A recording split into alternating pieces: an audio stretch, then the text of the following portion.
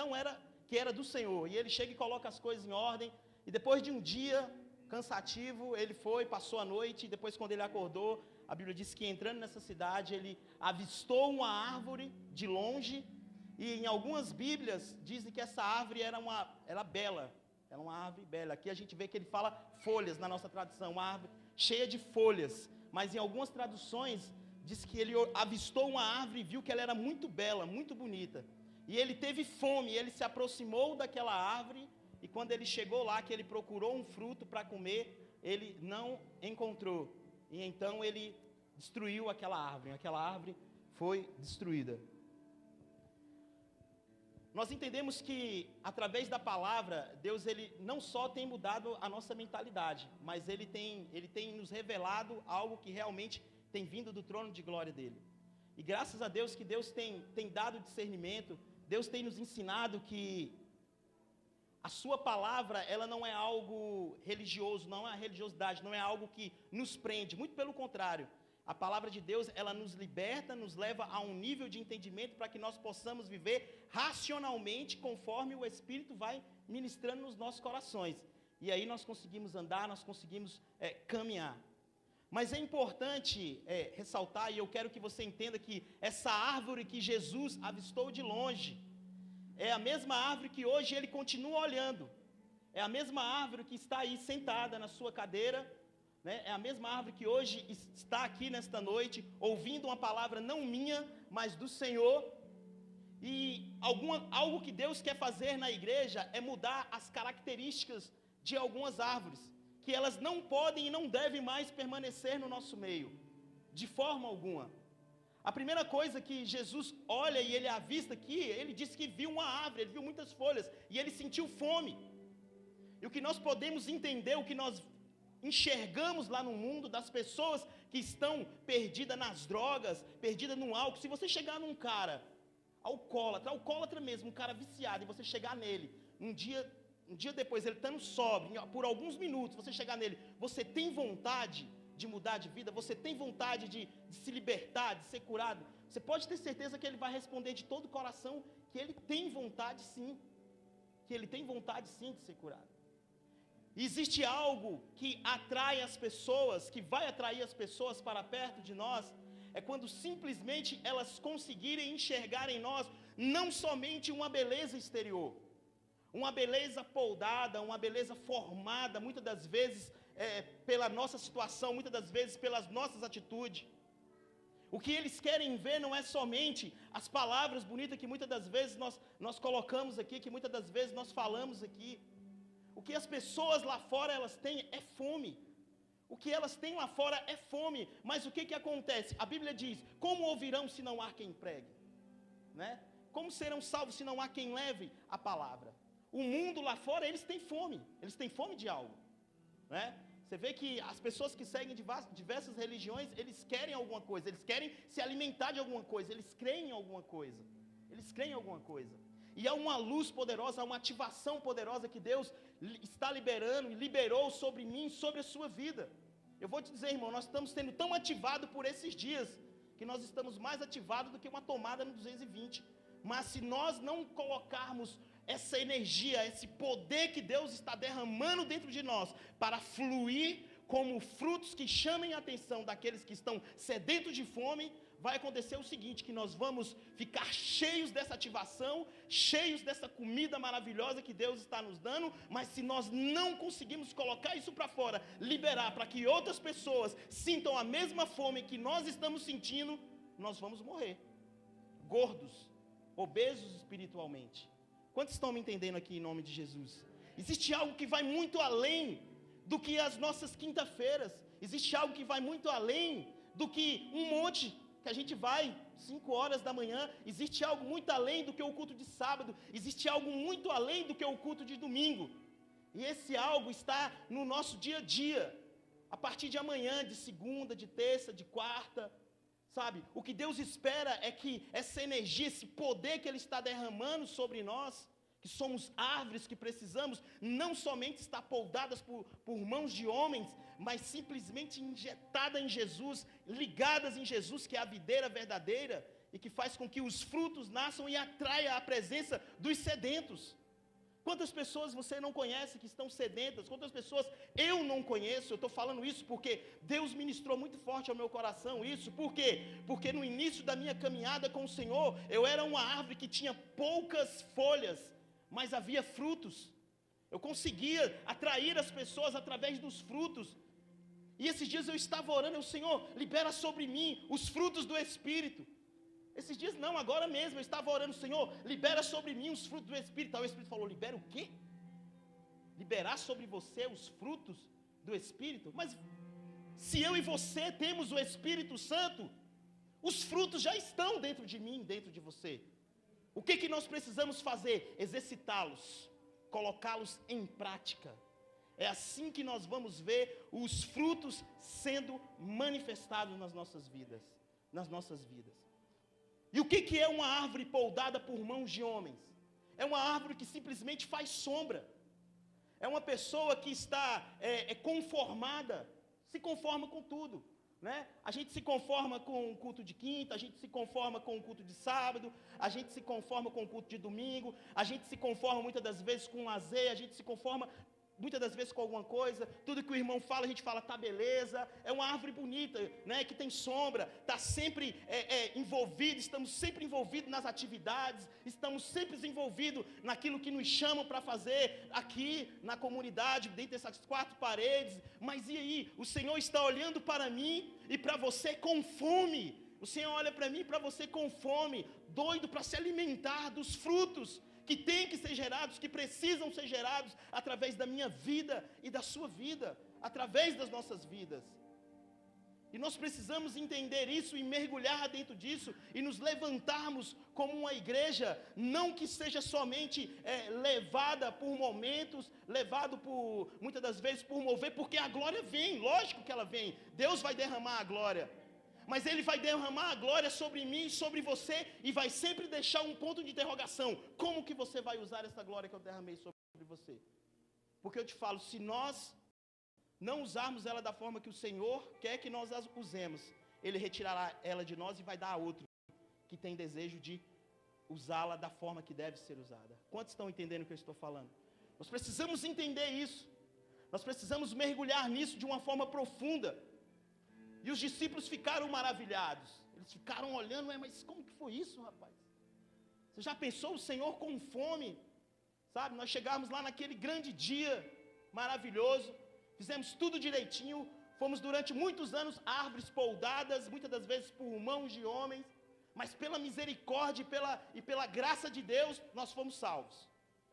Só que o galardão, esquece. Aí vai chegar naquele dia, nós vamos adentrar diante do Senhor, e o Senhor lá esperando, e vai sentar diante de mim e de você, vai falar, cadê os frutos? Qual será a nossa desculpa para o Senhor? Será que é a mesma desculpa que muitas das vezes a gente dá para um líder? Será que é a desculpa, muitas vezes a desculpa que a gente dá para nós mesmos? Porque nós, o homem, nós temos essa malícia do cão, de muitas das vezes darmos desculpa para os nossos fracassos, para os nossos erros. Ou seja, nós muitas das vezes criamos nomes para o pecado. Muitas das vezes nós criamos coisas, por quê? Porque nós não conseguimos entender a dimensão das coisas. Pois nesta noite, meu irmão, eu creio em nome de Jesus, que nós vamos deixaremos de ser poldados por mão de homens, e seremos poldados pelo Espírito Santo de Deus. Deus vai nos abrir, Deus está nos abrindo, e colocando em nós um sentimento profundo, de fome, de sede, para que nós possamos ir adiante, e manifestarmos tudo isso. Agora é o seguinte, o Espírito Santo já está dentro de mim, dentro de você. Agora, para que os frutos saiam de nós e que as pessoas observem esse fruto, é preciso que nós tomemos as atitudes dos frutos do Espírito que estão dentro de mim e dentro de você. Abra sua Bíblia em Gálatas capítulo 5, verso de número 22. Aleluias. Gálatas capítulo 5, verso de número 22.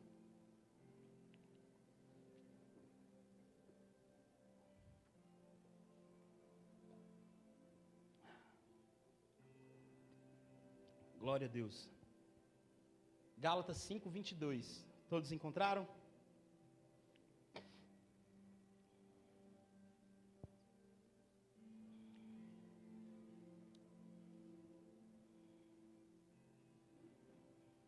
Aleluia. Diz assim a palavra do Senhor: mas o fruto do Espírito é amor, alegria, paz, paciência, benignidade, bondade, fidelidade, humildade e domínio próprio.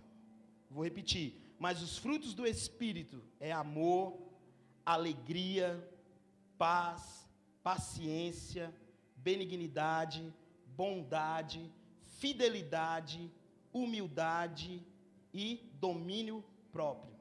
Aleluia. Durante muitos anos, é por isso que às vezes a gente é pego assim, né?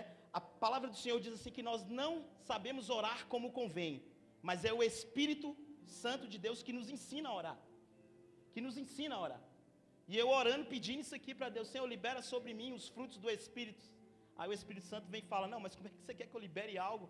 Se você tem o Espírito Santo dentro de você, esses frutos, eles precisam estar dentro de mim e dentro de você. E a boa árvore, ela começa simplesmente manifestando um dos frutos do Espírito. E Deus aqui, ele já começa, o Senhor ele já começa logo com o amor. Porque o amor é a porta para que nós possamos conquistar as pessoas, para que nós possamos fazer com que as pessoas se acheguem a nós. Eu posso até ser radical em te dizer: façam com que as pessoas lá fora primeiro se convertam a você, para que depois elas se convertam a Cristo. E como isso vai acontecer? É através do amor, é através da atitude, da disposição que a gente tem de muitas das vezes ir na casa de um amigo que está precisando, da disposição da gente muitas das vezes sair do nosso conforto, ou até muitas das vezes tirar de nós mesmos, de dentro da nossa casa, para ajudar uma pessoa necessitada, um irmão necessitado. O mundo, ele precisa de amor, as pessoas precisam de amor, sabe? O que a gente mais vê são as pessoas sofrendo, por quê? Justamente pela frase de um dos livros que o Juliano leu, né? Que o livro dizia o seguinte, que as pessoas, né, foram feitas para serem amadas, e as coisas para serem usadas. Mas o que o mundo faz? Ele ama as coisas e usa as pessoas. A primeira ativação, a primeira coisa que Deus diz para mim e para você nessa noite é que, além de sermos boas árvores, lindas, poldadas, nós precisamos ter dentro de nós, a primeira coisa, a manifestação do amor. A manifestação do amor. Enquanto nós não manifestarmos esse amor, mas não é um amor hipócrita, não é um amor acusador, não é um amor julgador, não é um amor que condena, porque quem julga é quem salva. Quem julga é quem salva. Jesus, ele tinha 1000 motivos e ele tinha autoridade para julgar quem ele quisesse. Quem ele quisesse. E aonde ele andava, ele encontrava pessoas que ele poderia julgar e apontar o dedo. Ele tinha essa autoridade. Mas ele sempre demonstrava que a autoridade que estava sobre ele não usava ela para benefício ou para expor as pessoas, mas simplesmente para mostrar para as pessoas que ainda, independente da situação que elas viviam, se elas conseguissem enxergar o amor do Pai, elas poderiam ter uma vida mudada. Elas poderiam ter uma vida transformada. É por isso que essa questão do testemunho, ela é muito forte, porque o testemunho de Deus nas nossas vidas é o amor. É o amor. Os fariseus, certa vez, pararam Jesus e queriam que Jesus fizesse um milagre para Jesus provar se ele era Deus mesmo, se ele era Jesus. Está lá no Evangelho de João. Aí Jesus fala bem assim: não, eu cansei, eu não preciso mais provar nada para vocês, pois as minhas atitudes testificam ao meu favor, e o meu Pai que está no céu responde por mim. E o meu Pai que está no céu responde por mim. Então, como que isso é manifestado? Através do amor. E, consequentemente, se há amor no nosso coração, também deve haver alegria. Também que tem que ter a alegria. A alegria de se dispor. A alegria de muitas das vezes você, por sua vontade gerada pelo Espírito, se dá para as coisas do reino. A alegria de muitas das vezes você se levantar como homem, como uma mulher, como um servo do Senhor, e se deixar levar pelo Espírito. Porque eu entendo, meu irmão, que quando o amor não está nas coisas, tudo que você faz é por obrigação. Ou melhor, tudo que você faz é para ser visto e reconhecido. quando não há amor no negócio, tudo que você faz é por obrigação, ou muitas das vezes para ser reconhecido, para ser atraído. Muitas das vezes você faz as coisas para que atrair, né, a atenção dos outros, mas Deus não quer isso. Deus quer que nós manifestemos o seu amor através da nossa atitude, para que em seguida então a alegria do Espírito possa fluir naturalmente através das nossas vidas, sabe? E é triste, irmãos, a gente falar que muitas das vezes hoje as pessoas estão dentro da igreja, mas falta amor, falta alegria, sabe? Falta, muitas das vezes, desmotivadas. Mas desmotivada por quê? Porque se Deus está nos motivando, se Deus está nos ativando, por que essa desmotivação? Sabe? Por quê? Onde está a alegria do Espírito Santo? Aonde está a alegria? Aonde está a vontade, sabe, de fazer algo não para que o homem reconheça, mas para que Deus reconheça? Quantos estão me entendendo aqui? Amém? Porque, irmãos,